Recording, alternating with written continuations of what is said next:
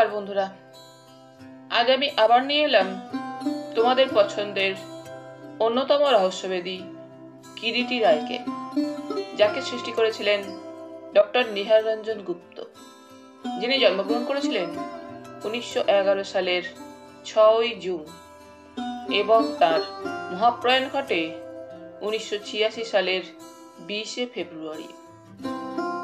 আজ আমি গল্পটি সংগ্রহ করেছি কিরিটি অবনিবাস অষ্টম খণ্ড থেকে, যে বইটির প্রকাশনার দায়িত্বে ছিলেন মিত্র অ্যান্ড ঘোষ পাবলিশার্স।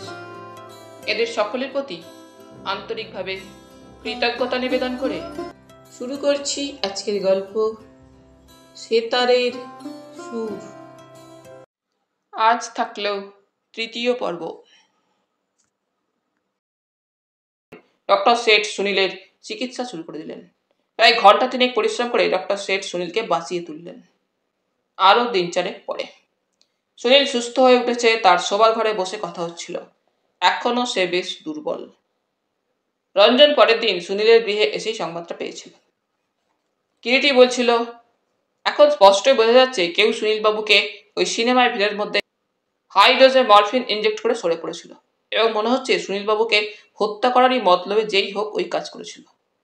রঞ্জন বলে, কিন্তু ব্যাপারটা যেন কেমন অবিশ্বাস্য মনে হচ্ছে মিস্টার রায়। সুনীলকে কেউ মরফিন ইনজেক্ট করে হত্যা করতে যাবেই বা কেন? কেন যাবে তা জানি না, কিরিটি বলে। তবে যা সে রাত্রে ঘটেছিল তা থেকে ওইটাই আমার মনে হচ্ছে। হয়তো ওর কোনো শত্রু ব্রজেশ কিরিটির মুখের দিকে তাকালো। সম্ভবত তাই তো মনে হচ্ছে ব্রজেশবাবু। কিন্তু ওর কে আবার শত্রু থাকতে পারে যে ওকে এমন করে কৌশলে হত্যা করতে চেয়েছিল? শত্রু কি থাকতে পারে না ব্রজেশবাবু? এই মুহূর্তে কি আপনিই বলতে পারেন আপনার কোনো শত্রু নেই? সবসময় কি আমরা সঠিকভাবে জানতে পারি সর্বক্ষণ যাদের সঙ্গে আমরা মিশছি, কথা বলছি, তাদের মধ্যে কেউ আমাদের শত্রু নয়? মনে মনে সর্বক্ষণ আমাদের সঙ্গে শত্রুতা সাধনের মতলব আটছে না? কথাটা আপনি হয়তো একেবারে মিথ্যা বলেননি মিস্টার রায়। নচেত আমরাই কি কেউ কল্পনাও করতে পেরেছিলাম কটা দিন আগেও বাসবীর কেউ শত্রু আছে, তাকে হত্যা করবার সুযোগ খুঁজছে? বাসবী? হ্যাঁ, তার মৃত্যুটা সত্যিই আশ্চর্য। রীতিমতো একটা রহস্য হয়ে আছে এখনো আমাদের সকলের কাছেই। কেন? কিছুদিন আগে আমাদের সকলেরই পরিচিত বান্ধবী বাসবী সান্যালকে তার শয়নঘরে মৃত অবস্থায় পাওয়া যায়। পুলিশ বলেছে তাকে নাকি কেউ শ্বাসরোধ করে হত্যা করেছে। কোথায়? এই কলকাতা শহরেই, তার জ্যাঠার ঝাউতলার বাড়িতে। মানে আপনি ঝাউতলার বিরাজমোহন সান্যালের ভাইজি কথা বলছেন? হ্যাঁ, আমাদের সকলেরই পরিচিত ছিল সে। আপনি তার কথা জানেন নাকি? সংবাদপত্রে পড়েছিলাম, সুহাস ওই সময় বলে ওঠে। গত 19 তারিখে ওই ব্রজেশের সঙ্গে বাসবীর বিয়ে হবার দিন স্থির ছিল। কিরিটি ব্রজেশের মুখের দিকে তাকালো। ব্রজেশ মাথাটা নিচু করে। আপনাদের বান্ধবী ছিলেন তিনি বলছিলেন? আপনারা এই কজন বুঝি? হ্যাঁ, সুনীল বলে। আমি, সুহাস, রঞ্জন, ব্রজেশ আর অভিজিৎ। আমাদের 5 জনের সঙ্গে কলেজ লাইফ থেকেই বাসবীর ঘনিষ্ঠ পরিচয় ছিল। কিরিটি নিঃশব্দে একবার ঘরের মধ্যে ওই সময় উপস্থিত সুনীল, ব্রজেশ, রঞ্জন ও সুহাসের মুখের দিকে পর্যায়ক্রমে দৃষ্টিটা তার বুলিয়ে নিল। তার মনের মধ্যে কথাটা শুনেই কেমন যেন একটা কৌতূহল জাগ্রত হয়। 5 বন্ধুর এক বান্ধবী। তারপর মৃদু কণ্ঠে বলে, পরস্পরের মধ্যে ভালোবাসার পরিণতি হিসেবেই বোধহয় শেষ পর্যন্ত বিয়ে হচ্ছিল ওদের। সুহাস বললে, হ্যাঁ, অথচ আমরা বিয়ে ওদের স্থির হবার আগে পর্যন্ত ব্যাপারটা খুনাক্ষরেও জানতে পারিনি কেউ বন্ধুরা। বলেন কি? সুহাস বললে, তাই, বরং আমরাও ভেবে রেখেছিলাম। কি?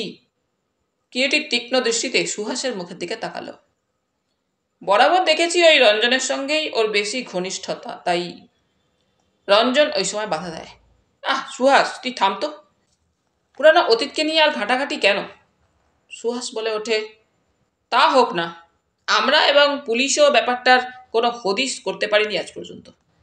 কিরিটিবাবু যদি কোনো একটা মীমাংসা করে দিতে পারেন। তারপরে কিরিটির দিকে তাকিয়ে বললে, জানেন কিরিটিবাবু, পুলিশের নাকি ধারণা সে রাত্রে তার কোনো বিশেষ পরিচিত ব্যক্তি তার ঘরে ঢুকে তাকে হত্যা করেছে। তাই বুঝি? হ্যাঁ, কিন্তু পরিচিত সেরকম বলতে গেলে বাড়ির লোক যারা সে রাত্রে ওই গৃহে ছিল তারা ছাড়া তো আমরাই 5 বন্ধু। কিন্তু আমরা তাকে হত্যা করতে যাব কেন বলুন তো? তা তো ঠিকই। বলুন আপনি, তবে আর কে হতে পারে তার এমন পরিচিত জন? আপনারা পাঁচজন ছাড়াও যে আর কেউ ছিল না, আপনারা স্থির নিশ্চিত হলেন কি করে সুহাসবাবু? কিরিটি বললে। জানি ছোটবেলায় সে মাকে হারায়। মা মারা যান বুঝি? না। তবে? সুনীল ওই সময় বললে, বাসবীর মা তার বাবাকে ছেড়ে চলে যায় বিয়ের কবছর পরেই। ডিভোর্স? তা জানি না। বাসবী দেবীর মা বেঁচে নেই? তাও জানি না। তা বিরাজমোহন তো বাসবী দেবীর জ্যাঠা ছিলেন। ওর বাবা? বাসবীর 15 বছর বয়সের সময় তিনি মারা যান। তারপর থেকে ওই জ্যাঠার কাছেই সে ছিল। বাসবী দেবী তার মার কথা কখনো বলেননি আপনাদের? না। ব্রজেশ বললে, মার সম্পর্কে সব কিছু বরাবরই কেমন যেন সে সর্বদা এড়িয়েই চলত। কেবল একবার আমাকে বলেছিল একটা কথা। কি কথা? প্রশ্নটা করে কিরিটি ব্রজেশের মুখের দিকে তাকালো। অত্যন্ত নোংরা নীচ প্রকৃতির স্ত্রীলোক ছিল নাকি তার মা। বাসবী দেবীর মা বাবার মধ্যে যখন সেপারেশন হয়ে যায় তখন তার বয়স কত ছিল? এবারে কিরিটি প্রশ্ন করে। শুনেছি ওর বয়স তখন 1.5-2 বছর হবে। ব্রজেশ জবাব দেয়। তারপর আর নিশ্চয়ই তার মায়ের সঙ্গে তার দেখা হয়নি? কিরিটি বললে। না।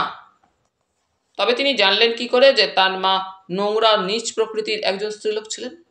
না তার মার সঙ্গে তার বাবার সেপারেশন হয়ে গিয়েছিল বলেই বাসবী দেবীর তার মার সম্পর্কে ওই রকম একটা ধারণা হয়েছিল? কিরিটি প্রশ্নটা করে আবার তাকালো ব্রজেশের মুখের দিকে। বলতে পারি না ঠিক, হয়তো তাই। ব্রজেশ যেন একটু ইতস্তত করে জবাব দেয়।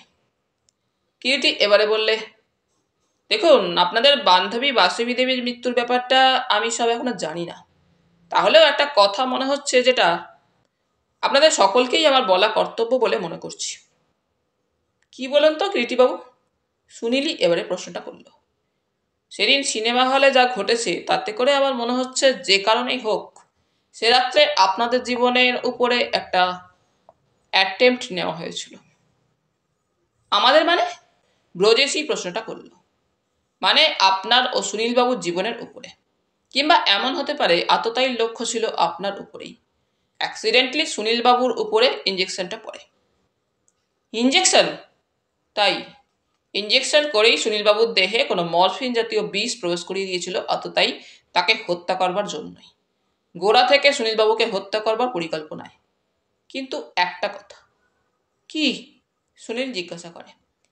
সে রাত্রে যে আপনারা রাত্রের শোতে সিনেমায় যাবেন সে কথাটা কি আর কেউ জানতেন ব্রজেশবাবু? কিরিটি শুধালো। আর কি জানবে আমরা ছাড়া? জানবার কথাও নয়। কিন্তু বুঝতেই তো পারছেন হত্যাকারী জানত। তাতেই যে কথাটা আমার মনে হচ্ছে সেটা হচ্ছে হত্যাকারী এমন কেউ যার সঙ্গে সুনিশ্চিত আপনাদের ঘনিষ্ঠতা একটা আছে। আপনি বলতে চান মিস্টার রায়? সুনীল ওই সময় বাধা দিল। সে রাত্রে কেউ আমাকে হত্যাই করতে চেয়েছিল? আমার ধারণা তাই। কিন্তু কেন? আমাকে কেউ হত্যা করতে যাবেই বা কেন? কেউ আমার এমন শত্রু আছে বলে তো এখনো ভাবতেই পারছি না আমি। যদি বলি কি, আপনাদের বান্ধবীর হত্যার ব্যাপারের সঙ্গে সেদিন রাত্রে সিনেমা লবিতে আপনাকে হত্যার প্রচেষ্টার একটা অদৃশ্য যোগাযোগ আছে। আর তাই তো আমি বলছিলাম অতঃপর আপনি একটু সাবধান হয়ে চলবেন। কারণ হত্যাকারী ব্যর্থ হয়েছে যখন আবার সে অ্যাটেম্প্ট নেবেই। না না, এ আপনি কি বলছেন মিস্টার রায়? আমার তো মনে হয় ব্যাপারটা আগাগোড়াই একটা অ্যাক্সিডেন্ট। না, দৃঢ় কণ্ঠে জবাব দিল কিরিটি। কিরিটির কণ্ঠের দৃঢ়তায় ওরা সবাই যেন চমকে ওর মুখের দিকে সঙ্গে সঙ্গে তাকালো। সুনীল আর ব্রজেশ কোনো কথা বলে না। কথা বললে সুহাস। আপনার কথাই যদি সত্যি হয় কিরিটিবাবু, তাহলে তো সত্যিই চিন্তার কথা। হ্যাঁ, এখন আমার কেন যেন মনে হচ্ছে দুর্ঘটনার যবনিকাপাত বাসবী দেবীর হত্যার সঙ্গে সঙ্গেই হয়নি। হত্যার রক্ত আরো অনেক দূর গড়াবে। কিরিটিবাবু বলুন, একটা অনুরোধ করব যদি রাখেন? সুহাস বলে। কি বলুন? এখন বুঝতে পারছি সে রাত্রে সিনেমা হলে আপনার সঙ্গে আমাদের যোগাযোগটা একান্ত আকস্মিক হলেও বিধাতার কোনো অদৃশ্য ইঙ্গিত রয়েছে তার মধ্যে। বাসবের মৃত্যুতে আমরা সব বন্ধুরাই একান্ত মর্মাহত। কিন্তু সে মর্মান্তিক ব্যাপারের আর না পুনরাবৃত্তি ঘটে, এটাই আমাদের ইচ্ছা। কিন্তু আমরা সবাই সত্যি কথা বলতে কি কেমন যেন বিমূঢ় বিহ্বল হয়ে পড়েছি। তাই বলছিলাম। বলুন, থামলেন কেন? আপনি যদি আমাদের সাহায্য করেন। সুব্রত মৃদু হেসে ওই সময় বলে ওঠে, আপনারা না বললেও ও সাহায্য করত। রহস্যের গন্ধ না পেলে সামান্য সৌজন্য রক্ষার জন্য আজ এখানে আসবার পর আপনাদের সঙ্গে ও এত আলোচনা করতো না, এতক্ষণ এখানে বসেও থাকতো না। এক কাজ করুন, আজ বেলা হয়ে গিয়েছে, কাল পরশু ওর টালিগঞ্জের বাড়িতে আসুন, সেখানেই কথা হবে। কিরিটি ওই সময় বললে, সুব্রত যখন বলছে তাই হবে। সবাই মানে 5 বন্ধুই আপনারা আসবেন। আপনাদের চায়ের আমন্ত্রণ রইল পরশু সন্ধ্যায় আমার গৃহে। পরশু রবিবারও আছে। ব্রজেশ, সুহাস, সুনীল, রঞ্জন ও অভিজিৎ সবাই রবিবার বিকেলে গিয়ে কিরিটির ভবনে হাজির হয়। সুব্রতও উপস্থিত ছিল। সকলে যে যতটুকু জানত, চা পান করতে করতে কিরিটি 5 জনের মুখ থেকেই বাসুবীর কাহিনী শুনল, কিন্তু বিশেষ কোনো আলোচনা করল না।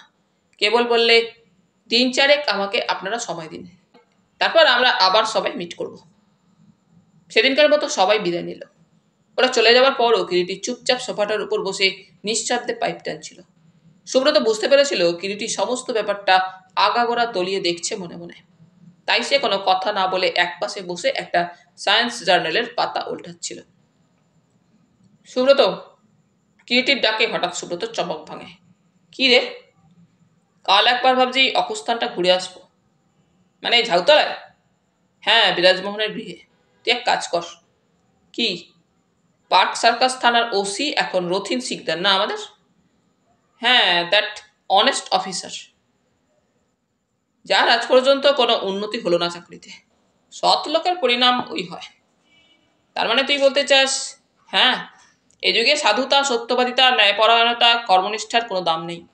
অসাধুতা, মিথ্যাচরণ, দুষ্কৃতি ও সেই সঙ্গে চাটুকারের মতো তোষামত যারা করতে পারে, তাদেরই জয় জয়কার।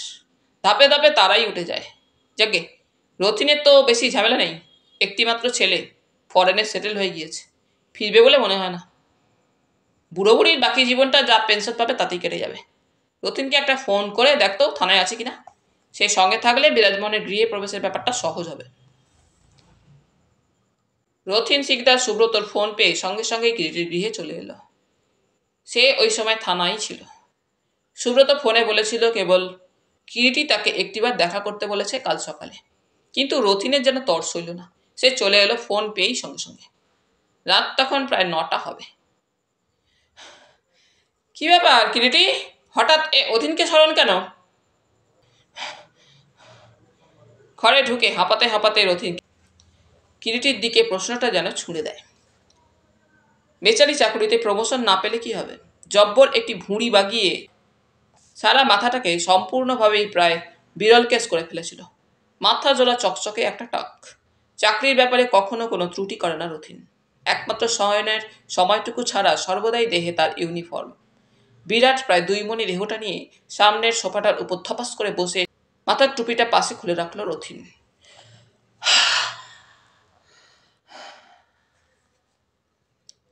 কিরিটি ওর দিকে তাকিয়ে মৃদু হেসে বললে, রথিন, আরো এক্সট্রা কত কেজি অ্যাড হলো দেহে? আর বলিস না কিরিটি, রথিন হাসতে হাসতে জবাব দেয়। চক্রবৃদ্ধি হারে সুদের মতো বেড়েই চলেছে চর্বির লেয়ার দেহের ভাঁজে ভাঁজে। আর সুগার? রথিনের ডায়াবেটিস আছে। রথিন হাসতে হাসতে জবাব দেয়, ওসব আর ভাবি না। দুবেলা দুটো ইনসুলিন ইঞ্জেকশন নিয়েই চলেছি। আর রসগোল্লা সন্দেশ? চলছে, চলবে। চলতি কা নাম গাড্ডি। মরবি? তোর ওই লোভই একদিন খতম করবে আমাকে, জানি। ও ভি আর সস্তা নেই। मर्द का बात हाथी का दांत, जो जो होना सो सो होगा।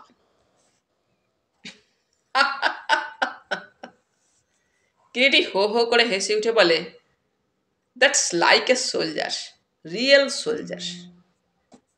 যেতে দে ওসব কথা। এখন কি ব্যাপার বলতো? বলছি আগে একটু জিরিয়ে নে, হাঁপাচ্ছিস তো। একটুও না, যা দেখছি ও সামান্য একটু ডায়ালেটেড হার্ট। রথিন বলে, কিন্তু তোর গিন্নি গৃহে নেই?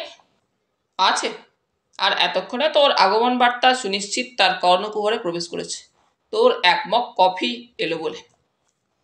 রথিন যখনই কিরিটির গৃহে আসে কৃষ্ণা তার জন্য নির্দিষ্ট একটি মগে 1 মগ কফি করে আনে। কিরিটির বাড়ির কফির কাপগুলোতে নাকি রথিনের মতে 2 চামচের বেশি কফি ধরে না, কাজেই সেটা পান করাও যায় আর না পান করাও তাই। অতএব ওই বিশেষ ব্যবস্থা। সত্যি একটু পরে কৃষ্ণা হাসতে হাসতে কফির মগটা হাতে কক্ষে প্রবেশ করল। শিকদার সাহেব, এই নিন আপনার কফি। কফির মগটা হাতে নিয়ে দীর্ঘ একটা চুমুক দিয়ে রথিন বলে,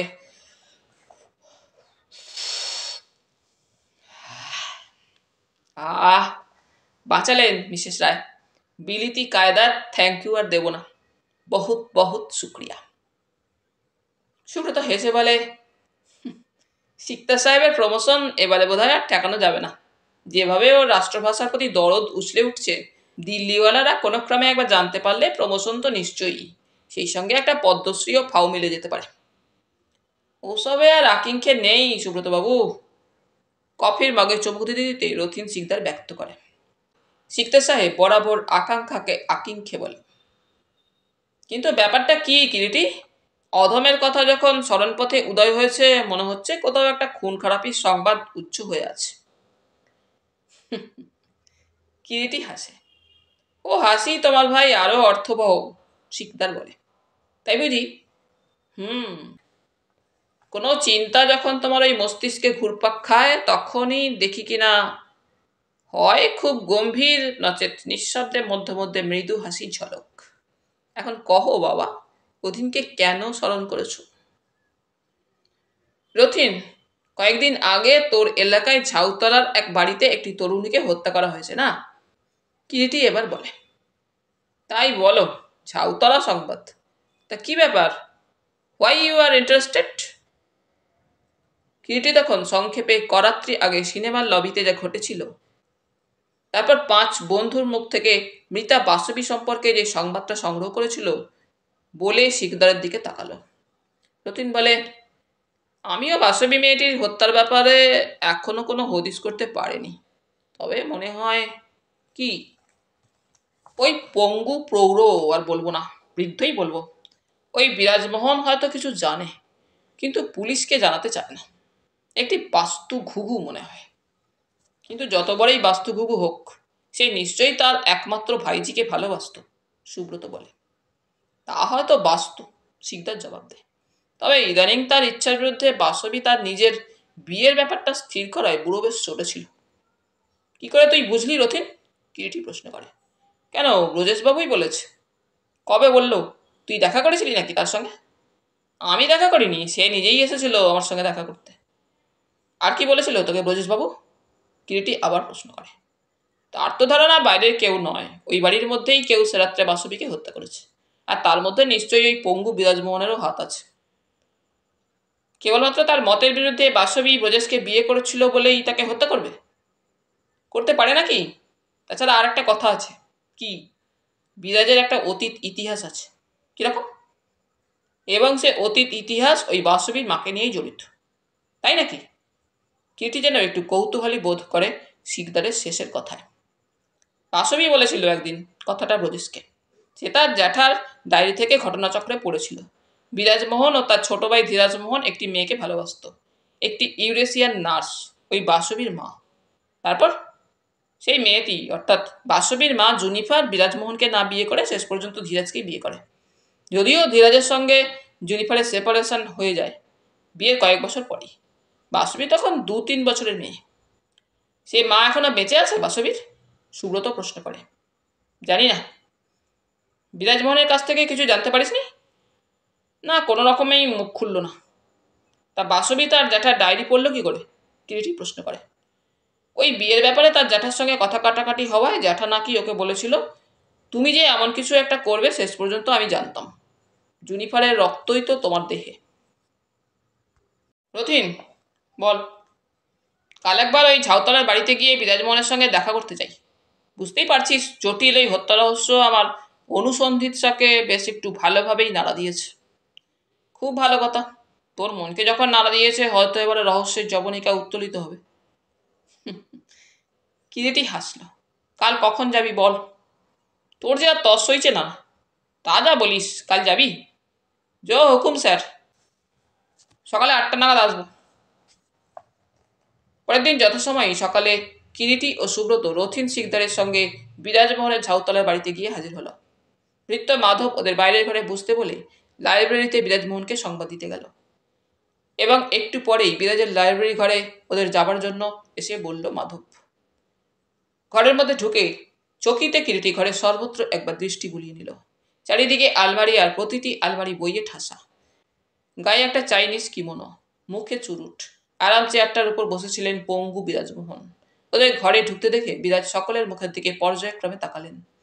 কোলের উপর একটি মোটা বই খোলা ছিল, সেটা মুড়ে পাশের ছোট টেবিলটার উপর নামিয়ে রেখে রথিনের দিকে তাকিয়ে তাকেই লক্ষ্য করে বললেন, বসুন মিস্টার শিকদার। সকলে উপবেশন করে। বিরাজমোহন একটু থেমে যেন বললেন, মনে হচ্ছে বাসবের মৃত্যুর তদন্তের ব্যাপারেই এসেছেন, কিন্তু এদের তো চিনতে পারলাম না। ইনি কিরিটি রায়, যার কথা গতকাল রাত্রে ফোনে আপনাকে আমি বলেছিলাম, আর উনি সুব্রত বাবু। তা কিছু হদিশ পাওয়া গেল? না, এখনো তেমন কিছু পাইনি। আরও সেই কারণেই আপনার কাছে কিছু জানবো বলে এলাম। আমি কতটুকু বা জানতাম, সবই তো সেদিন বলেছি আপনাকে। আর কি জানাবো আপনাকে? ওই সময় কিরিটি বলে, যদি কিছু মনে না করেন মিস্টার সান্যাল, আমার কয়েকটা প্রশ্ন ছিল। বিরাজমোহন কিরিটির মুখের দিকে তাকালেন। কয়েকটা মুহূর্ত স্থির দৃষ্টিতে তাকিয়ে থেকে বললেন, কি প্রশ্ন? বাসবীর মা জুনিফারের কোনো সংবাদ আপনি জানেন? হঠাৎ যেন চমকে উঠলেন বিরাজমোহন। তারপর মৃদু কণ্ঠে বললেন, জুনিফারের কথা কার কাছে শুনলেন আপনি? শুনেছি, আর এও জানি। কি জানেন? কি জেনেছেন? আপনার ভাইয়ের সঙ্গে বিয়ের কিছুকাল পরেই তার সেপারেশন হয়ে গিয়েছিল। ঠিকই শুনেছেন, তবে আমি কি করে জানবো বলুন, সে এখনো বেঁচে আছে কিনা, আর থাকলেও কোথায় আছে? আপনি দেখেননি তাকে কখনো? প্রশ্নটা করে তীক্ষ্ণ দৃষ্টিতে তাকালো কিরিটি বিরাজমোহনের দিকে। দেখেছি। জানতেনও তাকে, তাই না? জানতাম। শুধু কি জানাই, আর কি? আমরা জেনেছি। কি জেনেছেন মিস্টার রায়? ওই মহিলাটিকে আপনিও একদিন ভালোবেসেছিলেন। ননসেন্স। না। কি বললেন? আপনার ডায়েরিটা অন্তত তাই বলে। আমার ডায়েরি? হ্যাঁ। কোথায় দেখলেন সে ডায়েরি? দেখেছি। কিরিটির হঠাৎ যেন মনে হলো সোজাসুজি ওইভাবে প্রশ্ন করায় বিরাজমোহন যেন কেমন একটু আড়ষ্ট হয়ে গিয়েছেন, কেমন যেন একটু বিব্রত, বিমূঢ়। কি মিস্টার সান্যাল, আমি কি মিথ্যা বলেছি? না। কিন্তু জানতে পারি কি কি করে আমার ডায়েরি দেখলেন? সে কথাটা বলতে পারবো না। বলবেন না? তাই মনে করুন। হুম। তারপর অনেকক্ষণ চুপ করে কেমন যেন ঝিম মেরে বসে রইলেন বিরাজমোহন। ওরাও তিনজনে চুপ করেই বসে রইল। তারপর একসময় মুখ তুলে মৃদু গলায় বললেন বিরাজমোহন, জেনেছেন যখন, তখন আর নতুন করে কি জানতে চান? তবু আপনার মুখ থেকে শুনতে চাই। কিন্তু আমার অতীত কাহিনীর সঙ্গে আপনাদের হত্যা রহস্যের কী সম্পর্ক থাকতে পারে? থাকতে পারে বলেই জিজ্ঞাসা করছি মিস্টার সান্যাল, নচেত করতাম না। কিরিটি জবাব দেয়, আমার তো মনে হচ্ছে আপনারা সম্পূর্ণ ভুল পথে চলেছেন। ভুল পথে? কিরিটি বলে, হ্যাঁ, ভালো করে আপনার বাসবীর বর্তমান জীবনটার অনুসন্ধান নিন, হয়তো সেখানেই হত্যা রহস্যের কারণ খুঁজে পাবেন। জানেন কি না আপনারা জানি না, বাসবীর 5টি পুরুষ বন্ধু ছিল। জানি। কিরিটি পূর্ববৎ মৃদু কণ্ঠে জবাব দেয়, আপনার কি ধারণা বাসবের মৃত্যুর ব্যাপারে ওরাই জড়িত? দেখুন মিস্টার রায়, প্রেমের খেলা বড় মারাত্মক, সাংঘাতিক খেলা। যাই হোক, আপনি যখন জানতে চাইছেন আমার অতীত, সবই আপনাকে বলছি সংক্ষেপে। অতঃপর বিরাজমোহন সব বলে গেলেন, তার জীবনের আদ্যপান্ত কাহিনী। কেবল ধীরাজের যমজ মেয়ে ও লুসির কথাটা বললেন না। জুনিফার আজও বেঁচে আছেন কিনা জানেন? সম্ভবত বেঁচেই আছে। দেখা হয়েছিল আপনার সঙ্গে তার ওই রেঙ্গুনের ঘটনার পর? না। তবে জানলেন কি করে যে আজও বেঁচে আছেন? যেভাবেই হোক জানতে পেরেছি। অতঃপর কিরিটি রথিনের দিকে তাকিয়ে বলল, চল রথিন, দোতলায় বাসবীর ঘরটা একবার দেখব। চল। বিরাজমোহন মাধবকে ডেকে ওদের উপরতলায় নিয়ে যেতে বললেন বাসবীর ঘরে। বাসবীর ঘরে তিনজনে এসে প্রবেশ করল। ঘরে তালা দেওয়া ছিল। ঘরের মধ্যে সবকিছু ঠিক তেমনই আছে, কেউ কিছু স্পর্শ করেনি। এই ঘরটার মধ্যেই কয়েকদিন আগে বাসবীকে মৃত অবস্থায় পাওয়া গিয়েছিল। তাকে মৃত অবস্থায় এই ঘরের মেঝের উপর পড়ে থাকতে দেখা গিয়েছিল। সে রাত্রে তার শয্যা কেউ স্পর্শও নাকি করেনি। কিরিটি ঘরের দক্ষিণ দিকে তাকালো। দামি একটা সিঙ্গল খাট, তার উপরে এখনো শয্যা বিস্তৃত। আকাশ নীল রঙের একটা বেড কভার দিয়ে শয্যাটি ঢাকা। তার পাশেই শিওরের দিকে একটি লেখবার টেবিল, সঙ্গে লাগোয়া একটি বুক শেলফ, অন্যদিকে একটি কাঠের আলমারি, একটি চেয়ার টেবিলের পাশেই রাখা, ছোট একটি ত্রিপয়ের মতো কালো কাচের টপ বসানো। টেবিলের উপরে একটা বই তখনও পড়ে আছে, তার পাশে একটা রাইটিং প্যাড ও ঝর্ণা কলম, নীল রঙের পার্কার। জানালার পর্দাগুলোও নীল রঙের, মনে হয় সব কিছুতেই যেন নীল রঙের একটা ম্যাচিং।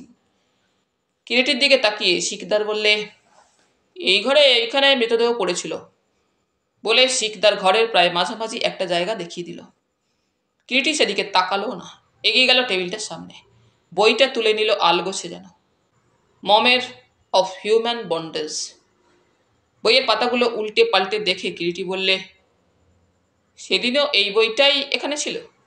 হ্যাঁ, শিকদার বললে। বইটা রেখে এবারে কিরিটি রাইটিং প্যাডটা তুলে নিল। প্রথম দিকের খান কয়েক পৃষ্ঠা ছাড়া সব পৃষ্ঠাগুলোই আছে। একটা ব্যাপারে কিরিটির কৌতূহলী দৃষ্টি প্যাডের প্রথম পৃষ্ঠাটায় আকর্ষণ করে। বেশ চেপে লিখলে যেমন লিখিত পৃষ্ঠার নিচের পৃষ্ঠায় একটা দাগ পড়ে, তেমনি দাগ রয়েছে সাদা প্রথম পৃষ্ঠায়, এবং সে অক্ষরের দাগ নজরে পড়ে পৃষ্ঠার গোড়ার দিকেই। কিছুক্ষণ দেখল কিরিটি সাদা পৃষ্ঠাটার দিকে তাকিয়ে, তারপর সে পৃষ্ঠাটা প্যাড থেকে ছিঁড়ে সযত্নে ভাঁজ করে নিজের জামার পকেটে রেখে দিয়ে কলমটা তুলে তার নিবটা পরীক্ষা করতে থাকলো। হার্ড, ফাইন নিব। কলমটা পকেটে রেখে দিল কিরিটি। তারপর ঘরটা কিছুক্ষণ ধরে পরীক্ষা করে ঘরের মধ্যে অ্যাটাচড বাথরুমে গিয়ে ঢুকলো। শিকদার, তোরা তো এই বাথরুমের বাইরে যাওয়ার দরজাটাও বন্ধ দেখেছিলি? হ্যাঁ, তাই তো মনে হয়। হত্যাকারী বাড়ির মধ্যেই কোনো লোক ছিল, কিরিটি মৃদু কণ্ঠে বললে শিকদারের কথার জবাবে। ওই একটি মাত্র যুক্তি ছাড়া তোর আর কোনো যুক্তি আছে তোর থিওরির সাপোর্টে? কেন, তোর কি তা মনে হচ্ছে না? শিকদার প্রশ্নটা করে কিরিটির মুখের দিকে তাকালো। না, শুধু তাই নয়, তাছাড়া আরও একটা কথা ওই সঙ্গে এখন মনে হচ্ছে। কি? যতই ডিটারমিনেশন নিয়ে সে রাত্রে হত্যাকারী বাসবিদেবীকে হত্যা করতে এসে থাকুক না কেন, শেষ পর্যন্ত হত্যা সংঘটিত হওয়ার পর বাসবিকে মৃত দেখে তার নার্ভ ব্রেক করেছিল সুনিশ্চিত। মানে মানে হত্যার সংকল্প করা কাউকে মনের কোনো গোপন বাসনা, ঈর্ষা বা ক্রোধের বশবর্তী হয়ে ঝোঁকের মাথায় হঠাৎ এক জিনিস, আর হত্যার পরে নিহতর সামনে দাঁড়িয়ে থাকা আর এক জিনিস। বেশিরভাগ ক্ষেত্রেই দেখেছি খুনি তখন কেমন বিমূঢ় হয়ে যায় হঠাৎ, যার ফলে সে তার আশার চিহ্ন নিজের অজ্ঞাতেই অকুস্থলে রেখে যায়। বাসবীর ক্ষেত্রেও ঠিক তাই ঘটেছিল। অবশ্যই কোনো কোনো ক্ষেত্রে দেখা যায় হত্যাকারী অসাধারণ নার্ভের পরিচয় দিয়েছে, ধীরে সুস্থে এসেছে, তারপর সব কাজ শেষ করে হত্যার সমস্ত চিহ্ন মুছে দিয়ে নিঃশব্দে অকুস্থল থেকে সরে পড়েছে। তবে সেটা খুবই রেয়ার। বাসবীর হত্যাকারী প্রথম পর্যায়ে ছিল, যার ফলে তার বিরুদ্ধে একটা মস্ত বড় প্রমাণ সে ঘরের মধ্যে ফেলে রেখে গিয়েছে তার অজ্ঞাতেই। কি প্রমাণ? তার উপরে যার দ্বারা সহজেই সন্দেহ করতে পারে সেই প্রমাণটা। কিন্তু কি সে প্রমাণ? বাসবীর রাইটিং প্যাডের অলিখিত সাদা একটি কাগজ ও তার ঝর্ণা কলমটা। কি ঠিক বলতে চাস তুই কিরিটি? শিকদার প্রশ্ন করে। আপাতত যেটুকু এইমাত্র বললাম তার বেশি কিছুই নয়। তারপরেই সহসা প্রসঙ্গান্তরে চলে যায় কিরিটি।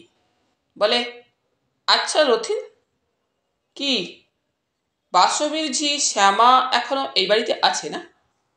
আছে। তাকে একবার ডাকতে পারিস এই ঘরে? মাধব এতক্ষণ ঘরের বাইরেই দাঁড়িয়েছিল রথিনের নির্দেশে। তাকে ডেকে রথিন শ্যামাকে ডেকে আনতে বললে। মাধব নিচে চলে গেল এবং একটু পরেই শ্যামাকে নিয়ে এসে ঘরে ঢুকল। মাধব, তুমি বাইরে দাঁড়াও, প্রয়োজন হলে আবার ডাকবো, কিরিটি বললে। মাধব চলে গেল ঘর ছেড়ে। শ্যামার দিকে তাকালো কিরিটি এবারে। বয়স শ্যামা 30-32-এর বেশি হবে না, পাতলা দোহারা চেহারা, যৌবনটা যেন একটু বেশি উগ্র। তাকালেই চোখে পড়ে শ্যামার কিছুটা হয়তোবা ইচ্ছাকৃতই অগোছালো বেশভূষার দিকে। গায়ের বর্ণ উজ্জ্বল শ্যামার, মুখটা একটু লম্বাটে ধরনের, চোখ দুটো ছোট, কিন্তু কাজল টানায় বড় বড় মনে হয়। নাকটা একটু চাপা, কপালের উপর একটা উল্কি, পরনে সরু কালোপার একটা তাঁতের শাড়ি, হাতে একগাছি করে সরু সোনার বালা। রাঙা ঠোঁট দেখে বোঝা যায় একটু আগে পান চিবোচ্ছিল। তোমার নাম শ্যামা? কিরিটি প্রশ্ন করে। আজ্ঞে। এ বাড়িতে তুমি দিদিমণির কাজ কতদিন করছো? বছর তিনেক হবে বাবু। কেবল দিদিমণির কাজ করতে, না অন্য কোনো কাজও তোমাকে করতে হতো? না, একমাত্র দিদিমণিরই কাজ করতাম আমি, তার জন্যেই তো আমাকে রাখা। তাহলে বলো, দিদিমণিরই খাস দাসী ছিলে তুমি? আজ্ঞে। এখন কি করো? কি আর করব, বলতে গেলে বসেই আছি।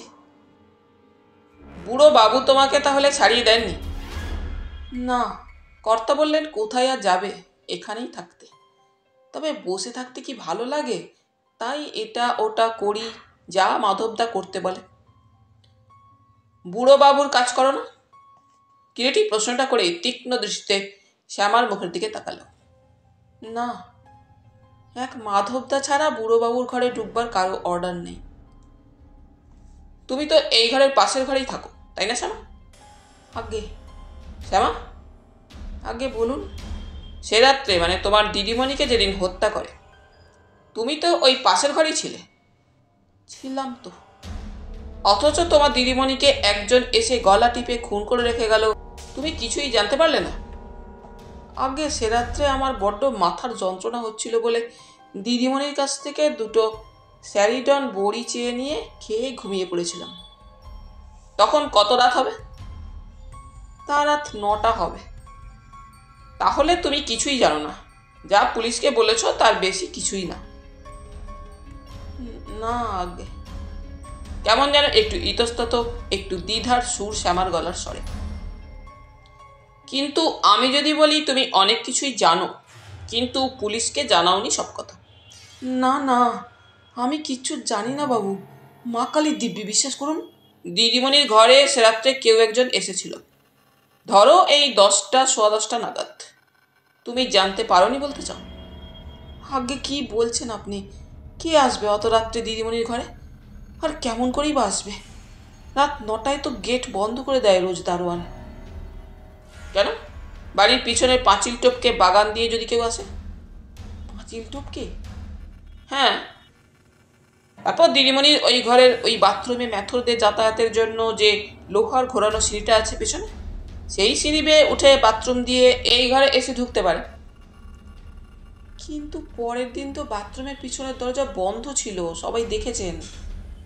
সেটা তো পরেও বন্ধ করে দেওয়া যায়, মানে কেউ বন্ধ করে দিতে পারে, কিন্তু সে দরজাটা তো কখনো খোলা থাকে না। কেউ যদি আগে থাকতে খুলে রেখে দেয়? কে খুলে রাখবে? কেন, তোমার দিদিমণি কিংবা মাধব, বা তুমিও তো রাখতে পারো। হ্যাঁ আমি? হ্যাঁ। না না, আমি কেন খুলে রাখতে যাব? বিশ্বাস করুন বাবু, এইসব আমি কিচ্ছু করিনি। কত করে এখানে মাইনে পাও তুমি শ্যামা? খাওয়া পড়া 50 টাকা। বাড়িতে, মানে দেশে তোমার কে কে আছে? কেউ নেই, আমি বিধবা। কত বছর বয়সে বিধবা হয়েছ? 14 বছর বয়সে। কলকাতা শহরে কতদিন আছো? এ বাড়িতে চাকরি নিয়েই আমি প্রথম আসি, তার আগে দেশেই ছিলাম। কি করে এখানে চাকরি হলো তোমার? এ বাড়িতে যে রাঁধে, শিবু কাকা, আমার দুঃসম্পর্কের কাকা হয়, সেই এখানে এনে আমাকে চাকরি করে দেয়। দেশ কোথায় তোমার? ঘাটাল, মেদিনীপুর জেলা। তোমার দিদিমণির বিয়ে সব ঠিক হয়ে গিয়েছিল, জানতে তুমি? জানতাম। কার কাছে শুনলে? দিদিমণি বলেছিল। কার সঙ্গে বিয়ে হচ্ছিল জানো? শুনেছিলে কিছু? হ্যাঁ, ব্রজেশ বাবুর সঙ্গে। তোমার বুড়ো বাবুর ওই বিয়েতে মত ছিল না, জানতে? শুনেছিলাম। কার কাছে শুনেছিলে? মাধবদার কাছে। শ্যামা? আগে? তুমি পুলিশের কাছে বলেছো সে রাত্রে 9:30 নাগাদ তুমি দিদিমণির এই ঘরে ঢুকে এসে তাকে খাবার কথা বলেছিলে, তাই তো? আজ্ঞে। তাহলে একটু আগে তুমি যে বললে রাত 9টা নাগাদ সে রাত্রে মাথা ধরার জন্য তুমি তোমার দিদিমণির কাছ থেকে দুটো স্যারিডন চেয়ে নিয়ে খেয়ে শুয়ে পড়েছিলে, সেটা ঠিক নয়। ট্যাবলেট খেয়েই তুমি শুয়ে পড়োনি, ঘুমোওনি, আরও অনেকক্ষণ জেগেছিলে। আগে সময়টা ঠিক মনে নেই, ওই রকমই হবে, 9টা 9:30 রাতই হবে। দিদিমণি খাবেন না জেনে ফিরে এসে ট্যাবলেট খেয়ে শুয়ে পড়েছিলাম, তারপরেই ঘুমিয়ে পড়েছি। না, আমি বলছি রাত 10:30 পর্যন্ত তুমি জেগেছিলে সে রাত্রে। তুমি মিথ্যা বলছো, তাই ঠিক না? আগে হয়তো তাই হতে পারে, আপনি যা বলছেন তাই হয়েছিল। আর তুমি জানো কে সে রাত্রে দিদিমণির ঘরে এসেছিল? বলো, কে এসেছিল? আমি কাউকেই সে রাত্রে দিদিমণির ঘরে আসতে দেখিনি বাবু, বিশ্বাস করুন। হঠাৎ কিরিটির কণ্ঠস্বর কঠিন হয়ে ওঠে। সে বলে, মিথ্যে কথা। তুমি জানো, বলো সে কে। নচেৎ বুঝতেই পারছো, তোমাকে দারোগাবাবু এক্ষুনি গ্রেপ্তার করে নিয়ে গিয়ে হাজতে পুরে দেবেন। তারপরেই হয়তো খুনের দায়ে তোমার ফাঁসিও হয়ে যেতে পারে। না না বাবু, দোয়াই আপনার, আমি কিছুই জানি না, আমি কিছু দেখিনি, কিছু শুনিনি, বিশ্বাস করুন।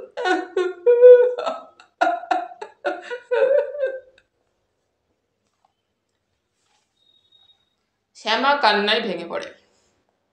কেঁদে কোনো ফল হবে না শ্যামা, বাঁচতে চাও তো সত্যি কথা বলো। আগে আমি, বলো, থামলে কেন? বলো, বলো কে এসেছিল সে রাত্রে দিদিমণির ঘরে। আগে সত্যি বলছি, আমি কাউকে ঢুকতে দেখিনি, তবে। তবে কি? পাশের ঘরে একটা গো গো শব্দ শুনে তাড়াতাড়ি দিদিমণির ঘরে ছুটে যাই, কিন্তু ঘর অন্ধকার ছিল তখন। তারপর আলো জ্বালতে প্রথমটায় সাহস পাইনি, ভয়ে হাত পা তখন আবার ঠক ঠক করে কাঁপছিল। একটু পরে আলো জ্বালিয়ে দেখি দিদিমণি ওইখানে মেঝের উপর পড়ে আছে, বাথরুমের দরজাটা খোলা, সেটাও অন্ধকার। বাথরুমের আলো জ্বালিয়ে দেখি মেথরদের যাওয়ার দরজাটাও বাথরুমের হা হা করছে খোলা। সেই সময় বাথরুমে জানালা পথে চোখে পড়লো আমার, অল্প অল্প চাঁদের আলোয় কে যেন একজন বাগানের পাঁচিল টপকে ওদিকে চলে গেল। তারপর তুমি কি করলে? ঘরে ফিরে এলাম, দিদিমণি তখনও পড়ে আছে মেঝেতে। তাকে নড়াচড়া করতেই বুঝলাম দিদিমণি বেঁচে নেই, মারা গিয়েছে। কষ বেয়ে রক্ত পড়ছে। ভয়ে হাত পা তখন আমার ঠান্ডা হয়ে গিয়েছে। দিদিমণির ঘরের দরজা টেনে আলো নিভিয়ে নিজের ঘরে এসে খিল তুলে দিই। সারাটা রাত ঘুমোতে পারিনি, জেগেই কাটিয়েছি। তারপর তখনই বাড়ির সবাইকে ডেকে ব্যাপারটা জানালে না কেন? ভয়ে বাবু। হুম। তারপর পরের দিন তুমি সকালে মাধবকে ডেকে তোমার দিদিমণির মৃত্যুর খবরটা জানাও? আগে পুলিশকে সব কথা জানাওনি কেন? ভয়ে বাবু, যদি আমাকে সন্দেহ করে পুলিশ। আচ্ছা, সে রাত্রে তো বেশ চাঁদের আলো ছিল, তাই না?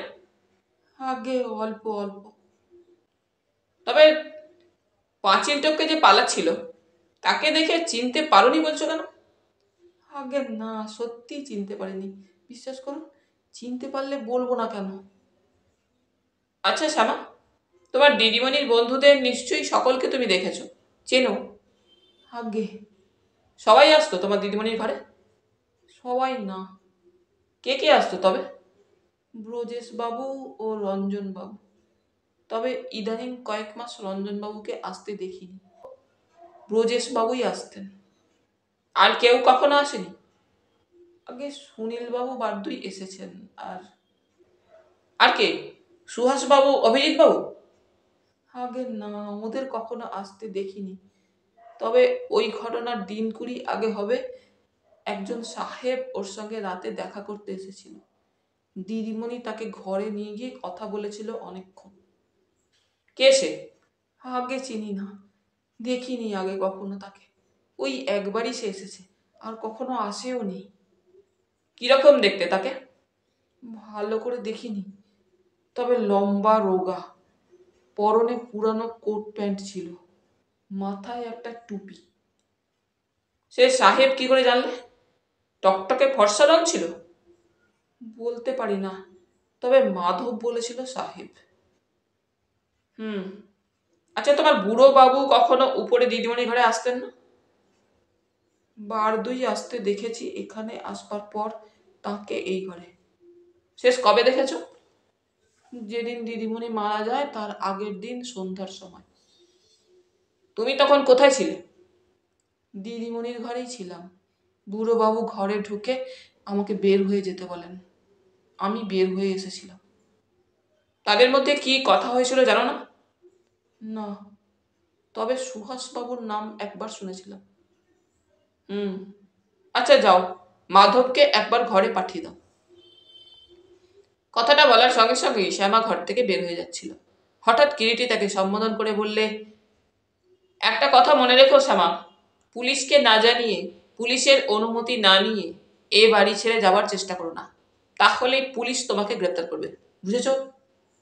আগে যাও। শ্যামা চলে গেল। একটু পরে মাধব এসে ঘরে ঢুকলো। মাধব, বলুন। তোমার দিদিমণি যে রাত্রে খুন হয় তার দিন কুড়ি আগে শ্যামা বললে কি একজন সাহেব নাকি এসেছিল তোমার দিদিমণির সঙ্গে দেখা করতে সন্ধ্যায়। কে সে জানো? আগে জানি সে কথা, কিন্তু জানি না সে কে এসেছিল। লোকটা বাঙালি? না, প্যাস ফিরিঙ্গি সাহেব বলে মনে হয়।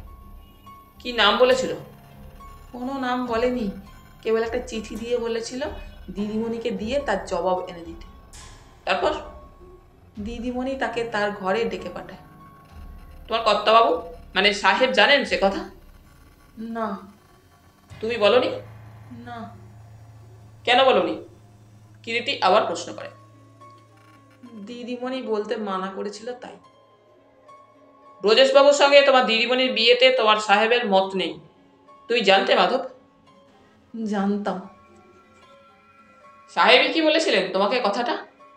না, দিদিমণি আর সাহেবের মধ্যে যখন কথা হয় আমি দরজার বাইরেই ছিলাম, সব শুনতে পাই। শ্যামাকে তুমি সে কথা বলেছিলে? আগে না। বলনি? না বাবু। কিন্তু সে যে বললে তুমিই তাকে বলেছো কথাটা। ওর কথা বিশ্বাস করবেন না বাবু, ও একটা নষ্ট চরিত্রের মেয়ে, মিথ্যা বলেছে। আচ্ছা মাধব, তোমার দিদিমণির বন্ধুদের তো তুমি সকলকেই জানতে? জানতাম। সকলকেই চেনো? চিনি। কে কে এখানে আসতো? আগে আগে রঞ্জনবাবু, ব্রজেশবাবু, সুনীলবাবু ও সুভাষবাবু সকলেই আসতেন, তবে ইদানিং রঞ্জনবাবু ও ব্রজেশবাবু ছাড়া কাউকে আসতে দেখিনি বড় একটা। তাও ইদানিং রঞ্জনবাবুও কয়েক মাস আসতেন। রঞ্জনবাবু শেষ কবে এসেছেন বলতে পারো? দিদিমণি খুন হবার দিন সাতেক আগেই তো এসেছিলেন, এক রবিবারে। কখন, কোন সময়? দুপুরে। শ্যামা তো সে কথা বললে না। হয়তো ও জানে না। কেন, সে তো শুনলাম সবসময় বাড়িতে থাকতো। হ্যাঁ থাকতো, তবে তবে কি? মাধব মাথাটা নিচু করে। কি চুপ করে গেলে কেন, কি বলছিলে বলো? বললাম তো বাবু, ওর স্বভাব চরিত্র ভালো না। ওর কে এক ভাই প্রায় দুপুরবেলা আসতো, তাকে নিয়ে নিচের ঘরে কি সব কথাবার্তা বলতো। তোমাদের ঠাকুরই তো শ্যামাকে এ বাড়িতে এনে কাজ দেয়। আজ্ঞে। ঠাকুর জানে না, তাকে চেনে না? পতিতকে কখনো আমি জিজ্ঞাসা করিনি। কেন জিজ্ঞাসা করনি? কি দরকার বাবু অন্যের ব্যাপারে মাথা ঘামিয়ে? তোমার সাহেব কথাটা জানেন? না, বলিনি। কেন? সাহেব তাহলে দূর করে দেবেন ওকে তক্ষুনি, তাই। আচ্ছা তুমি যেতে পারো। আরো কিছুক্ষণ পরে ওরা বের হয়ে এলো বিরাজমোহনের কাছ থেকে বিদায় নিয়ে ঝাউতলার বাড়ি থেকে। পথে গাড়িতে রথিন বলে, শ্যামাকে ভাবছি অ্যারেস্ট করব। তাড়াহুড়ো করিস না রথিন, কিরিটি বলে। কিন্তু ও যদি পালায়? পালাবে না। কি করে বুঝলি? অবৈধ যৌন সম্পর্কের নিগড় বড় কঠিন নিগড়, অত সহজে ছেড়ে না। অবৈধ যৌন সম্পর্কের নিগড়? হ্যাঁ, তার সত্যি নাগরটি যে কে এখনো বুঝতে পারিনি। মানে? মানে পরে প্রকাশ্য। রথিনকে থানায় নামিয়ে দিয়ে কিরিটি যখন তার গৃহে এসে পৌঁছালো, বেলা তখন 1:45। ড্রয়িং রুমে ঢুকে দেখে সুহাস বসে আছে একটা সোফায়। আরে সুহাসবাবু যে, কতক্ষণ? তা প্রায় ঘন্টা 3 হবে, সুহাস বললে। মনে হচ্ছে খুব জরুরি ব্যাপার কিছু? কিরিটি ওর মুখের দিকে তাকিয়ে বলে। আগে একটা ব্যাপার ঘটেছে যার মাথা মুন্ডু কিছুই এখনো বুঝে উঠতে পারছি না, সুহাস বললে। কিরিটি সোফার উপর বসলো, সুব্রত পাশে বসলো। কি ব্যাপার বলুন তো? অবিকল ঠিক বাসবীর মতনই দেখতে একজনকে গতকাল সন্ধ্যায় মার্কেটে আমি দেখেছি। প্রথমটায় তো দেখে চমকে উঠেছিলাম। এমন অদ্ভুত মিল, যেন ঠিক বাসবী। বাসবী মৃত না হলে মনে করতাম সেই বুঝি। তা অনেক সময় এরকম মিল কি দেখা যায় না সুহাসবাবু? সুব্রত বলে। তা নয় সুব্রতবাবু, মিল থাকে, কিন্তু ওরকম হুবহু ঠিক একই রকম দেখতে একমাত্র যমজ ছাড়া হতে পারে বলে আমার মনে হয় না, সুব্রত জবাব দেয়। বাসবী দেবীরও তো কোনো যমজ বোন থাকতে পারে। তা থাকলে কি আমরা জানতে পারতাম না? বাসবী তার মা বাপের একমাত্র সন্তান, সুহাস বললে। কিরিটি ওই সময় প্রশ্ন করে। চেহারাটা তো একই রকম বললেন, বেশভূষা কি ছিল মেয়েটির?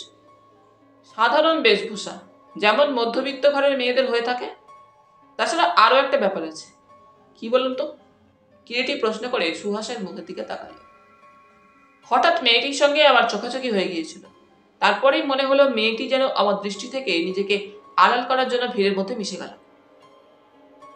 তারপর একটু থেমে সুহাস বললে, সে রাত্রে সিনেমার কথা হয়তো আপনার মনে আছে মিস্টার রায়? সে রাত্রে সুনীলের জীবনের উপরে অ্যাটেম্প্ট হয়েছিল, মনে আছে বই কি?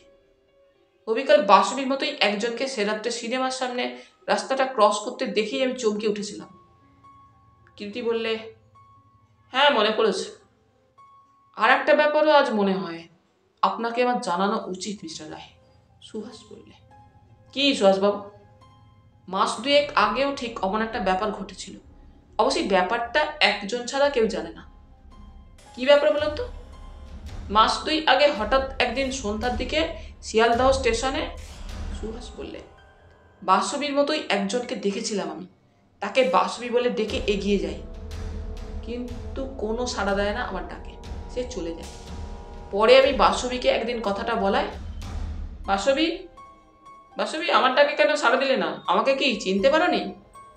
তাতে বাসবী হাসতে হাসতে বলেছিল, মাথা খারাপ নাকি সুহাস? আমাকে দেখেছো অথচ আমি সাড়া দিইনি? তাছাড়া ওই দিন শিয়ালদহ স্টেশনেই আমি যাইনি, দেখবে কোথা থেকে আমাকে?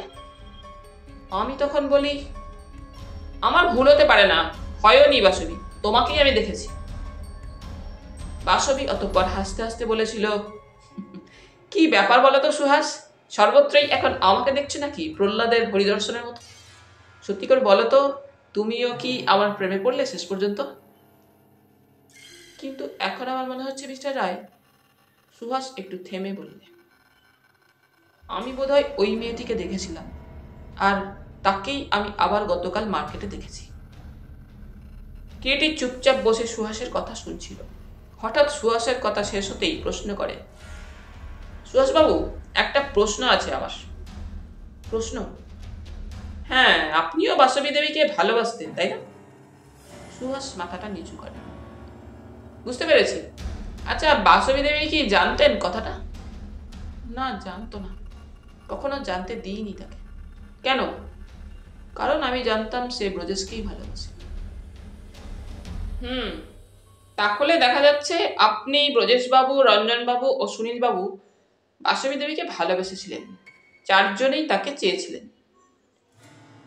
চেয়েছিলাম ঠিকই, কিন্তু যে মুহূর্তে জানতে পেরেছিলাম বাসবী আসলে ভালোবাসে ব্রজেশকেই, নিজেকে আমি গুটিয়ে নিয়েছিলাম। বললাম তো আপনাকে এইমাত্র।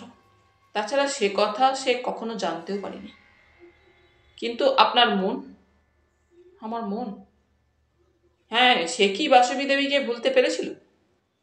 না, আর আজও ভুলতে পারিনি কিরিটিবাবু, কোনোদিনই হয়তো পারবো না। আচ্ছা, আজ তাহলে এবার আমি উঠি। বলতে বলতে সুহাস উঠে দাঁড়ালো। একটা কথা, যা বললেন এইমাত্র আর কাউকে সে কথা জানিয়েছেন? না। কাউকে তাহলে বলবেন না যা আমাদের বললেন। বেশ, নমস্কার। সুহাস ঘর থেকে বের হয়ে গেল। কিরিটি অনেকক্ষণ চুপ করে থেকে মৃদু স্বাগতোক্তির মতো বললে, বেচারি বাসবী। এখন বুঝতে পারছি শেষ পর্যন্ত প্রেমই তাকে গরল হয়ে দংশন করেছিল। সুব্রত বললে, আমার কিন্তু মনে হচ্ছে কিরিটি। কি? সে রাত্রে ওই 5 বন্ধুরই একজন বাসবীর শয়নঘরে প্রবেশ করেছিল। হতে পারে, আবার নাও হতে পারে, কিন্তু তার আগে আমাদের জানতে হবে দুর্ঘটনার কয়েকদিন আগে যে সাহেব বাসবীর সঙ্গে দেখা করতে গিয়েছিল সে কে? সে ওদেরই একজন তো হতে পারে। তাহলে শ্যামা নিশ্চয়ই চিনতে পারত। শ্যামা হয়তো মিথ্যা বলেছে। অনেক কিছু গোপন করে গিয়েছে শ্যামা ঠিকই, কিন্তু ওই ব্যাপারে মনে হয় মিথ্যা বলেনি। তাছাড়া এইমাত্র সুহাসবাবু যা বলে গেলেন সেটাও ভাববার কথা। কি ঠিক বাসবীর মতো দেখতে আর একজন? হ্যাঁ, তোর কি মনে হয়? একজন কেউ আছে ঠিকই, কারণ দুবার সুহাসের চোখে সে তাহলে পড়তো না, এবং সম্ভবত এই শহরে তার যাতায়াত আছে। কথা হচ্ছে এখন সে মহিলাটি অ্যাক্সিডেন্টলি ওই বাসবীর মতো দেখতে এবং সম্পূর্ণ এক তৃতীয় ব্যক্তি, না এ নাটকের সেও একজন আপাতত অদৃশ্য পাত্রী। বাসবীর কেউ সে তাহলে বলতে চাস? জোর গলায় এই মুহূর্তে কিছু বলতে পারছি না সুব্রত। তবে কি তবে? না কিছু না। কিরিটি হঠাৎই যেন চুপ করে গেল একেবারে। সুব্রত বুঝতে পারে ওই মুহূর্তে কোনো একটা প্রশ্ন কিরিটির মনের মধ্যে আবর্ত রচনা করেছে এবং তার সমস্ত চেতনা তার মধ্যেই আপাতত ডুবে আছে। বেলাও হয়ে গিয়েছিল। সুব্রত নিঃশব্দে উঠে পড়ল, কিন্তু বিকেলের দিকেই আবার এসে কিরিটির গৃহে হাজির হলো। না এসে পারল না। কিরিটি তার বসবার ঘরে একা একা বসে পেসেজ খেলছিল। কৃষ্ণা পাশে বসে একটা উলের বুননি নিয়ে ব্যস্ত। দুজনেই দুজনের কাজ করে চলেছে আপন মনে, কেউ কারোর সঙ্গে কথা বলছে না। সুব্রতর পদশব্দে কিরিটি ওর দিকে তাকালো, তারপরে নিজের খেলায় মগ্ন হয়ে রইল। ঘন্টা দেড়েক পরে তখন চারিদিকে সন্ধ্যার ঘোর নেমেছে। কিরিটি হঠাৎ উঠে দাঁড়ালো। সুব্রত, কি? একটা ব্যাপার আমার জানা দরকার। কি? ব্রজেশ, রঞ্জন, সুহাস ও সুনীল, এই 4 জনের মধ্যে কে কতখানি বাসবীকে ভালোবাসতো? অর্থাৎ কার ভালোবাসা ওদের মধ্যে সবচাইতে বেশি উগ্র ছিল? ঠিক তাই, কিন্তু কেমন করে জানা যায় বলতো? সেটা জানা তোর পক্ষে খুব একটা কি কঠিন ব্যাপার? না, কিন্তু একটা কথা, তাহলে কি সত্যি সত্যি তোর ধারণা হয়েছে ওই প্রেমের মধ্যেই মৃত্যুগরল লুকিয়েছিল? সুব্রত প্রশ্ন করে। ধারণাটা হওয়া তো খুব অন্যায় নয়, কারণ প্রেম যদি উগ্র হয় তো সে তার প্রতিদ্বন্দ্বীকে কখনো সহ্য করতে পারে না, আর সে সময় সে ভালো মন্দ হিতাহিত বিচারটুকুর সবটুকুই হারিয়ে ফেলে। কাকে তো সন্দেহ হয়? কাকে নয়, প্রত্যেককেই হয়। হওয়াটা তো উচিত এক্ষেত্রে। শুরু তো বুঝতে পারে কোথাও একটা দ্বন্দ্ব এখন কিরিটির মনকে পীড়া দিচ্ছে। সে কুয়াশার মধ্যে এখনো পথ খুঁজে ফিরছে। কিন্তু একটু কফি হলে এ সময় মন্দ হতো না কৃষ্ণা। কিরিটি মৃদু হেসে প্রসঙ্গান্তরে চলে যায়। কৃষ্ণা মৃদু হেসে সেলাইটা হাতে নিয়ে উঠে পড়ল এবং ঘর থেকে বের হয়ে গেল।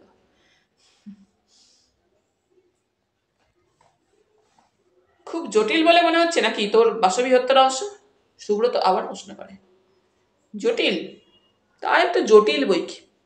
অনেকগুলো ইন্টারেস্টেড পার্সনস চারপাশে ভিড় করে দাঁড়িয়েছে, ফলে অ্যানালিসিসটা একটু জটিলই হয়ে দাঁড়িয়েছে। আচ্ছা তুই বল না, কে হত্যাকারী হতে পারে বাসবীর? সন্দেহ কারো কারো উপরে পড়েছে বটে, তবে কি তবে? শক্ত মাটিতে পা রাখতে পারছি না এখনো। সুব্রত মৃদু হেসে বলে, মোটিভটা কি হতে পারে তোর মনে হয়? মনে হয় প্রেম, আর কিছু না। আর কি হতে পারে এক্ষেত্রে? তুই কেবল এই 5 বন্ধুর কথাই ভাবছিস? তবে আর কার কথা ভাববো? কেন, বাসবীর জ্যাঠা বিরাজ সান্যাল, বাসবীর মা জুনিফার, সেই সাহেব ব্যক্তিটি যার পরিচয় এখনো অজ্ঞাত। জুনিফার বাসবীর মা, তাকে সে হত্যা করতে যাবে কেন? তা জানি না, তবে তাকে একেবারে এলিমিনেট করতেও পারছি না। কিন্তু তার ইন্টারেস্ট কি থাকতে পারে বাসবীর মৃত্যুতে? পারে বন্ধু, পারে। কৃষ্ণা ওই সময় জঙ্গলির হাতে কফির ট্রে নিয়ে এসে ঘরে ঢুকলো। কিরিটি কথার মোড় ঘুরিয়ে বলে ওঠে, আগে গরম কফি খেয়ে গলাটা ভিজিয়ে নে। ওদের কফি পান প্রায় শেষ হয়ে এসেছে। এমন সময় জঙ্গলি এসে ঘরে ঢুকলো। বাবু, কি? কি এক সুনীল বাবু এসেছেন, দেখা করতে চান? যা নিয়ে আয় এই ঘরে, কিরিটি বললে। জঙ্গলি চলে গেল। কৃষ্ণাও বের হয়ে গেল ঘর থেকে। একটু পরে জঙ্গলির সঙ্গে সুনীল এসে ঘরে ঢুকলো। আসুন আসুন সুনীল বাবু, একটু আগে আপনার কথাই ভাবছিলাম মনে মনে, কিরিটি বললে। সুনীল একটা সোফায় বসলো। কেমন যেন চিন্তিত, একটু অন্যমনস্ক মনে হয় তাকে। এক কাপ কফি চলবে নাকি সুনীল বাবু? কিরিটি জিজ্ঞাসা করে। না। চা? না, আপনাকে কয়েকটা কথা আমি বলতে এসেছি, যা সেদিন বলা হয়নি, সুনীল বললে। কিরিটি সুনীলের মুখের দিকে তাকালো। সুনীল একটু নড়ে চড়ে বসলো, যেন নিজেকে একটু গুছিয়ে নিল। কিরিটি নিঃশব্দে ওর মুখের দিকে তাকিয়ে থাকে। আমিও বাসবীকে ভালোবাসতাম মিস্টার রায়। জানি আমি। জানেন? কি করে জানলেন? বিস্মিত সুনীল কিরিটির মুখের দিকে তাকালো। সত্যিকারের ভালোবাসার কথাটা চেঁচিয়ে সকলকে জানাতে হয় না সুনীলবাবু, এ আপনা থেকেই প্রকাশ হয়ে পড়ে। কিন্তু বাসবী দেবীকে নিশ্চয়ই কথাটা বলেছিলেন?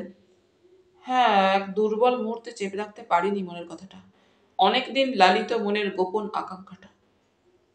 বলেই বোধহয় ভুলটা বুঝতে পারলেন। ঠিক তাই, বাসবী জানিয়ে দিল সে ব্রজেশকেই ভালোবাসে। কথাটা বলে সুনীল চুপ করে অনেকক্ষণ বসে রইল। সে যেন ওই কথাটা বলার জন্যই কিরিটির গৃহে ছুটে এসেছিল। কথাটা শেষ হওয়ার সঙ্গে সঙ্গেই যেন সবকিছুর শেষ হয়ে গেল। সুনীলবাবু, বলুন।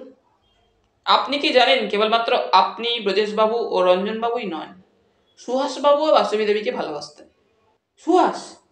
সুনীল যেন চমকে ওঠে, বলে, কি বলছেন, কি করে বুঝলেন? ঠিক আপনার ব্যাপারটা যে করে বুঝেছিলাম, সুহাসবাবুর ব্যাপারটাও তেমনি করেই আমার কাছে স্পষ্ট হয়ে উঠেছিল। আশ্চর্য, কখনো বুঝতেও পারিনি, অস্পষ্ট স্বরে বললে সুনীল কথাগুলো, যেন কতকটা স্বগতোক্তির মতোই। কি জানেন কীর্তিবাবু? সুনীল একটু থেমে আবার বলে, বাসবীর মধ্যে এমন একটা আকর্ষণ ছিল যেটা পুরুষকে অন্ধের মতোই আকর্ষণ করত। আকর্ষণ এক জিনিস, আর আকর্ষণে পাগল হয়ে ওঠা আর এক বস্তু সুনীলবাবু। হঠাৎ চমকে যেন সুনীল আবার কিরিটির মুখের দিকে তাকালো। তারপর একটু পরে বললে, একটা চিঠি সঙ্গে আমি এনেছি আপনাকে দেখাবো বলে। চিঠি? হ্যাঁ, এই যে পড়ে দেখুন। সুনীল জামার বুক পকেট থেকে একটা মুখ ছেঁড়া খামে ভরা চিঠি বের করে কিরিটির দিকে এগিয়ে দিল। কিরিটি চিঠিটা হাতে নিয়ে গভীর মনোযোগের সঙ্গে বার দুই পড়ে বললে, রঞ্জনবাবুর এই চিঠিটা আপনি কবে পেয়েছিলেন? বোম্বে থেকে আসবার আগের দিন দুপুরে, সুনীল বললে। চিঠিটা লেখা হয়েছে দেখছি বাসবী নিহত হবার ঠিক দুদিন পরেই। হ্যাঁ, কিন্তু আমার মনে হয়। কি মনে হয়? রঞ্জনের ওই চিঠির সব কথা সত্য নয়। সত্য নয়? না। কি করে বুঝলেন? ওই যে চিঠিতে লিখেছে, 1 বছরের মধ্যে রঞ্জনের তার বাসবীর সঙ্গে দেখাই হয়নি। ওটা মিথ্যে। কারণ। বলুন, থামলেন কেন? কয়েকদিন আগে, মানে সিনেমার সেই ঘটনার দিনই আমি রঞ্জনের ওখানে গিয়েছিলাম। সে সেতার বাজাচ্ছিল, সুনীল বললে। কিরিটি বললে, তারপর? আমাকে দেখে ও আমাদের মধ্যে কিছু কথাবার্তা হবার পর সে চা আনতে উঠে যায়। তখন হঠাৎ মেঝেতে পড়ে থাকা একটা অ্যালবামের উপরে আমার দৃষ্টি পড়ে। অ্যালবামটা তুলে নিয়ে আমি উল্টাতে থাকি। সুনীল বলে গেল সেদিনকার অ্যালবামের মধ্যে সে কি আবিষ্কার করেছিল সেই কথাটা। শেষ ফটোটার নিচে বাসবের মৃত্যুর দিন 20 আগেকার তারিখ ছিল বলছেন? হ্যাঁ। আর অ্যালবামের শেষ 2 পৃষ্ঠায় যে কবিতা দুটো লেখা ছিল, সেটা এখনো আমার মনে আছে। কি কবিতা? সুনীল আবৃত্তি করে গেল পরপর কবিতা দুটো।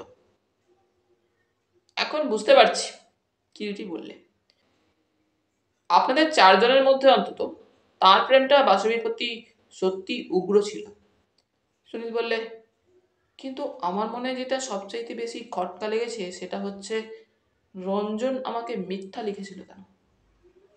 সুনীলবাবু, আপনার বন্ধু রঞ্জনবাবু যে মিথ্যা বলেছেন সে কথাটা আজও সকালে একবার প্রমাণিত হয়েছে। কিরকম? আজ সকালে আমরা বিরাজবাবুর গৃহে গিয়েছিলাম, তাই নাকি? হ্যাঁ, অনেক কিছু জানতে পারা গেল যা পুলিশও আজ পর্যন্ত জানতো না। আচ্ছা, বাসবী দেবীর সঙ্গে কোনো ফিরিঙ্গির জানাশোনা ছিল কিনা বলতে পারেন? না, সেরকম কখনো কিছু শুনিনি তো। তার মা জুনিফারের কথা জানেন? কিছু কিছু জানি। কতটুকু কি জানেন? প্রজেশ আপনাকে সেদিন যতটুকু বলেছিল তার চাইতে বেশি কিছু জানি না। তা আপনি তো বিরাজবাবুর সঙ্গে দেখা করেছিলেন, তিনিও কিছু বলতে পারলেন না? সুনীল কিরিটিকে পাল্টা প্রশ্ন করল। বিশেষ কিছু নতুন বলেননি। আমার মনে হয় অনেক কিছুই জানেন তিনি, বলতে চান না বলেই বলেননি। হতে পারে। আচ্ছা, আপনার কি মনে হয় কিরিটিবাবু, বাসবের মৃত্যুর ব্যাপারে ওর মা জুনিফার কোনোভাবে জড়িত আছে? জানি না, তবে পৃথিবীতে কিছুই আশ্চর্য নয়। এক এক সময় এমন অনেক কিছু ঘটে পৃথিবীতে যার কার্যকারণ ভাবতে গেলে আমাদের বিস্ময়ের অবধি থাকে না।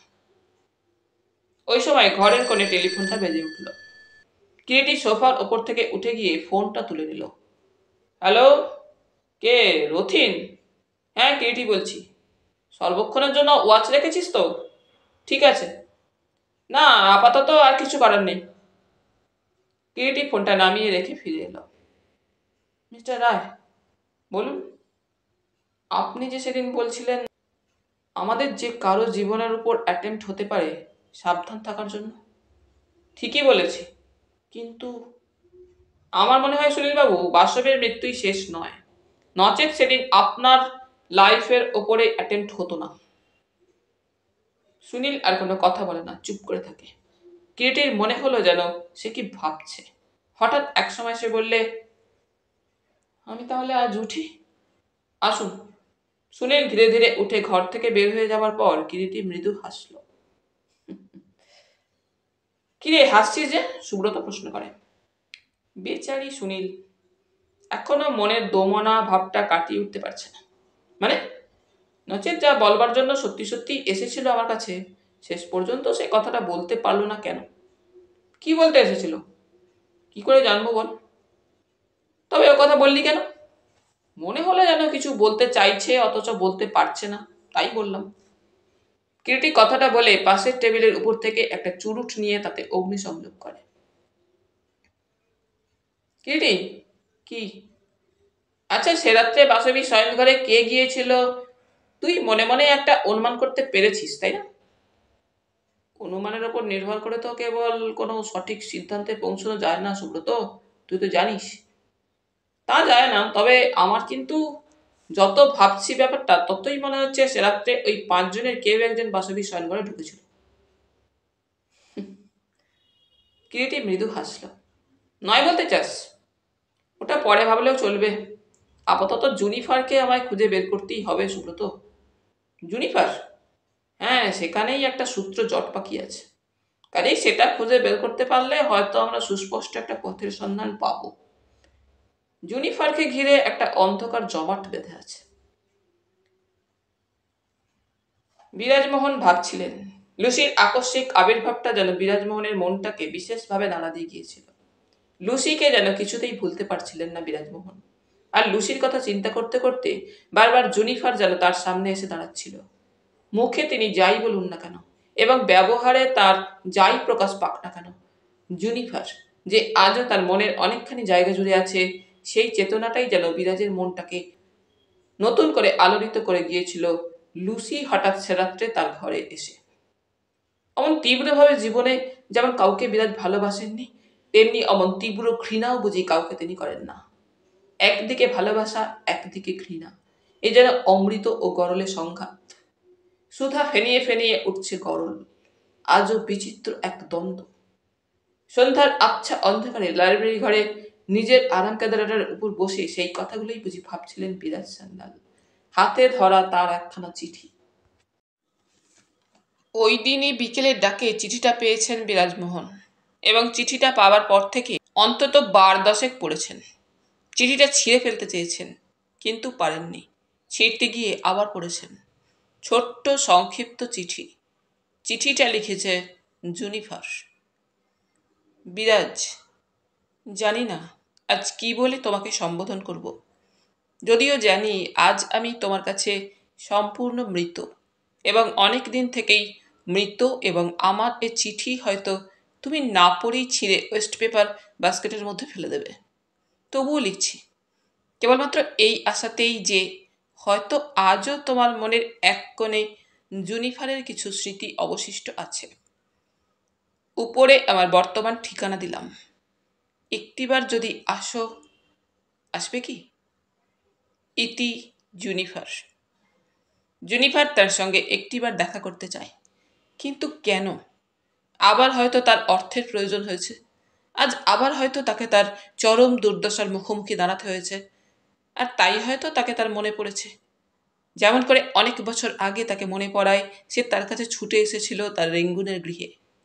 কিন্তু না, কোনো সম্পর্কই আজ আর নেই বিরাজের জুনিফারের সঙ্গে। যাবে না সে আর জুনিফারের কাছে। ঘৃণা আর বিরক্তিতে মনটা যেন বিরাজের বিষিয়ে উঠেছে। কিন্তু কি আশ্চর্য, সেই প্রচণ্ড ঘৃণা ও বিরক্তিকে ছাপিয়ে কোথায় যেন মনের মধ্যে বারবার জুনিফারের সেই মুখটা, সেই দুটি নীল চোখ ভেসে উঠছে, যে চোখ দুটি একদিন তাকে মুগ্ধ করেছিল, সব কিছু ভুলিয়ে দিয়েছিল, এক অন্ধ দুর্নিবার আকর্ষণে তাকে জুনিফারের প্রতি পাগল করে তুলেছিল। কি একটা অস্থিরতায় বিরাজের মনটা যেন ছটফট করতে থাকে। পারেন না বসে থাকতে আর বিরাজ। উঠে দাঁড়ান পাশ থেকে ক্রাচটা হাত দিয়ে টেনে নিয়ে। ডাকেন, মাধব।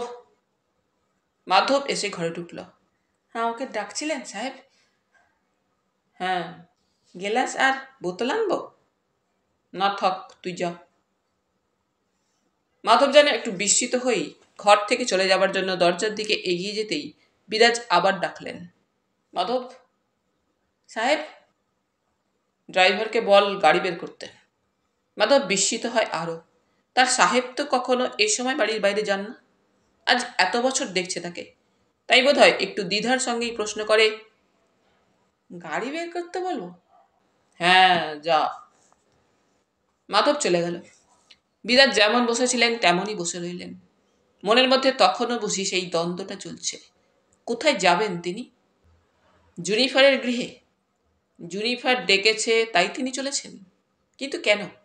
যে তার অত বড় ভালোবাসাকে অমন করে অপমানিত করে একদিন চলে গিয়েছিল সেই বিশ্বাসঘাতিনী জুনিফারের কাছে। তিনি কি পাগল হলেন নাকি? মাধব ওই সময় এসে ঘরে ঢুকলো আবার। ড্রাইভার গাড়ি বের করেছে। কেন?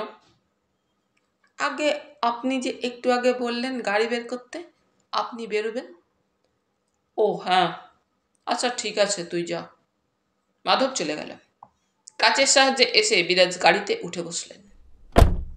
কিধার জায়গা সাব? ড্রাইভার জিজ্ঞাসা করে। প্রি স্কুল স্ট্রিট চলো।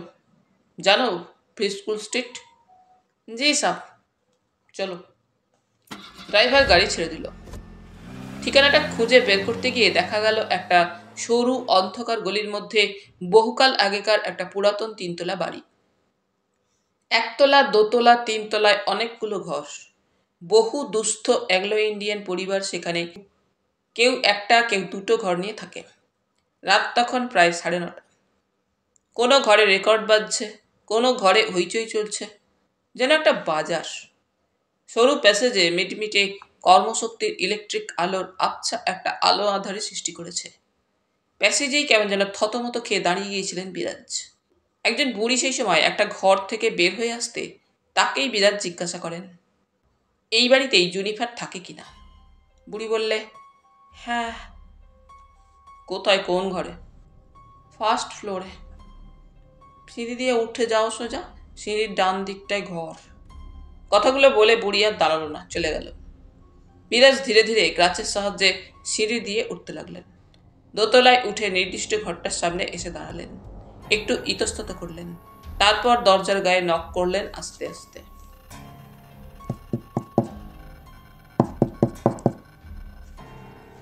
পূর্ব নারীকণ্ঠে সাড়া পাওয়া গেল আবার। Come in. দরজা খোলাই আছে। দরজা ঠেলে বিরাজ ঘরে ঢুকলেন। ঘরের মধ্যে আলো জ্বলছিল। মাঝারি আকারের ঘর। ঘরে ঢুকতেই কেমন যেন একটা অস্বাস্থ্যকর স্যাঁতস্যাঁতে গন্ধ নাকে এসে ঝাপটা দিল বিরাজের। কে?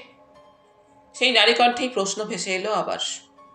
ঘরের মধ্যে জীর্ণ কিছু আসবাব, নিদারুণ দৈন্যের চিহ্ন চারিদিকে সুস্পষ্ট। বিরাজ সেই নারী কণ্ঠস্বর অনুসরণ করে ঘরের কোণে তাকালেন।